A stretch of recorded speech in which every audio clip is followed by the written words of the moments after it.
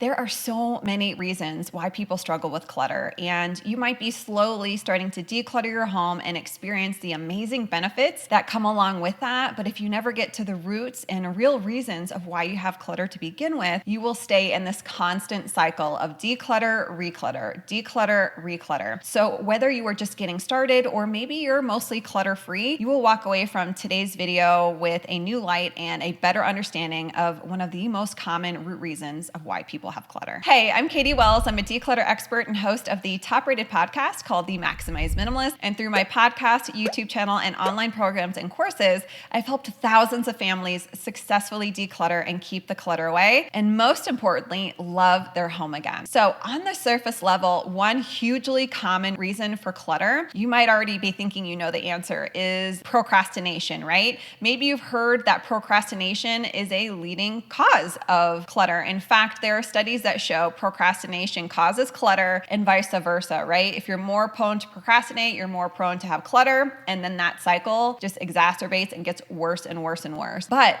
I'm going to take this a little bit deeper today, if that's cool with you. Yes, procrastination can make clutter a lot worse and be a root of it, but let's go beyond that today. Sound good? Don't worry, we'll come back to the procrastination word in a future video. The number one root reason for so many people's clutter is not what you think. In fact, the answer was inspired by an incredible author I love to follow named Young Pueblo. And this is the quote that inspired today's answer. I was never addicted to one thing. I was addicted to filling a void within myself with things other than my own love. After I read that, I felt like my heart kind of just ripped wide open. It just hit so close to home because so many of us do exactly that, don't we? We try to fill our homes with home decor and buy the latest, greatest clothes and get the cool car and get our dream house. And we try to fill these voids within us with material possessions, thinking that those are going to be what tips us over into being a happy person or to reaching our dream life or whatever it is that we are trying to fulfill. So let's talk about this. I often share that clutter depletes us and distracts us from what I'll simplify and call the good things: time and energy, mental headspace, mental health, resources, self-reflection, connection, presence, intention, happiness, productivity, our authentic selves, relationships. Literally,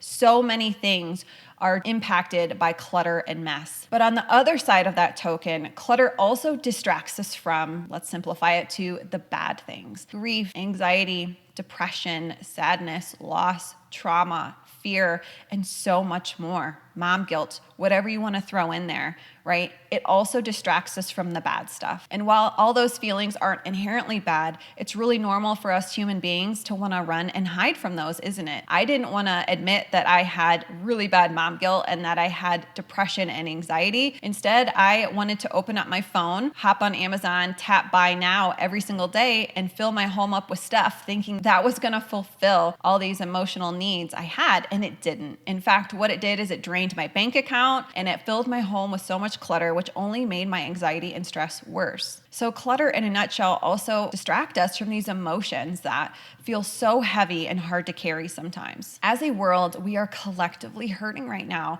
So many people are in pain, and there's a lot of suffering and co-suffering. And when things start to feel out of control and we don't know how to help, it's a very tough place to be for a lot of us. And guess what distracts us from that sadness? The stuff in our home, the piles of stuff in your bedroom, the junk on your nightstand, the stuff on your bathroom vanity. Every single thing in your home distracts you from the good things and also the bad. And when we're constantly distracted from that pain through buying stuff or scrolling social media or adding to cart on your favorite website, it doesn't allow us the time to process that experience, those emotions, and come to terms with it and even heal from it. If there's a healing opportunity there, often it's missed when we are so distracted with all this stuff in our lives. And quite frankly, I think for a lot of people, and this was me too many years ago, it feels easier to deal with the clutter and the mess and the 24/7 chaos within our homes than it is to heal from a lot of these traumas and emotional states we're in. This actually reminds me of a story when I was a new mom. I had two sons under 2 years old, working full time. I was going through the motions of life, and I was struggling every single day with depression and anxiety. And I was just living in survival mode and felt like I was just living in this existential fog. Every single day I woke up and my eyes opened, I felt like I was living in Groundhog Day. Every day felt the same. frustrating. I wasn't excited about life or living. And so instead of going and to do things that actually helped with these voids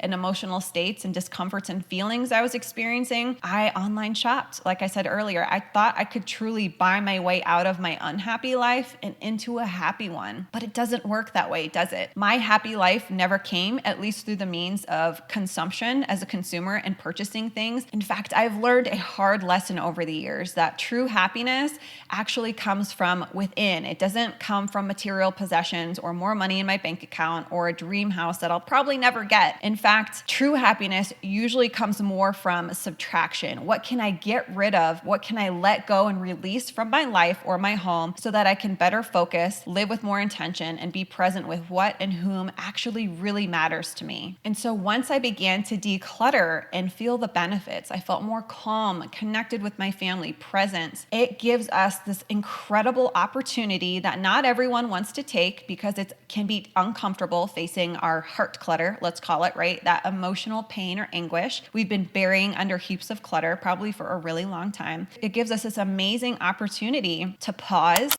to reflect, to identify, and to seek actual support that will help fill those voids or help us heal. That's not material possessions, essentially getting to the root of our heart clutter. That is the most valuable thing that decluttering offered me. Yes, I had a cleaner home. Yes, I had a home I loved to spend time in that felt cozy, that was easier to manage. But more importantly, I took that opportunity as I had more time and energy through decluttering to handle a lot of things I needed to handle. And it's been a wonderful thing for me and my family, for so many of my students who've experienced the same thing. When we remove the clutter and chaos in our external environments, that allows us this chance to turn inward and reflect, handle the chaos within our hearts and within our bodies and souls. That is the most valuable thing I think clutter offers any person. I am not a fan of Band-Aid fixes in any area of my life. However, hindsight 2020, that's exactly what I was doing for many years, buying online all the time, trying to, as I mentioned earlier, buy my way into a happy life, which isn't actually possible. And so once I was able to recognize that, it gives us an amazing opportunity to follow the road that might take a little bit longer, but to actually heal and grow from some of that heart clutter that we've been burying. Remember, time is a limited resource for everyone. So why waste another day of your life battling clutter and mess and chaos in your home when you know the answer is to declutter, to simplify, to make breathing room, to grow in areas and heal in areas that you know you'd benefit from? And I get it. I fully firsthand acknowledge that growing and handling a lot of those pains, traumas, experiences, sadness, and things like that, it's an uncomfortable place to be, but it's so valuable to be able to address your pain, whatever it is, because it's only going to help you grow as a person, invite more space, love, and peace into your heart, and reduce that heart clutter, emotional, and mindset clutter too. So today, I invite you to get to the root of your heart clutter and ask, what is one area I need support in healing? What am I trying to fill this void with things that actually at the end of my life won't even matter? All these material possessions, all this stuff, right? It doesn't matter. Get to the root of your physical clutter, which for most people is your heart clutter, and begin to heal and create so much more beauty and growth, and invite that into your life. Stop letting clutter distract you from your pleasure and your pain. Friend, I'm here for you. I'm decluttering and healing right along next to you. And remember, identifying the cause of clutter isn't always easy, but it's worth it. Take a few seconds today to jot down some different ideas for yourself. And if you're ready to keep moving on this journey, click the video on your screen now.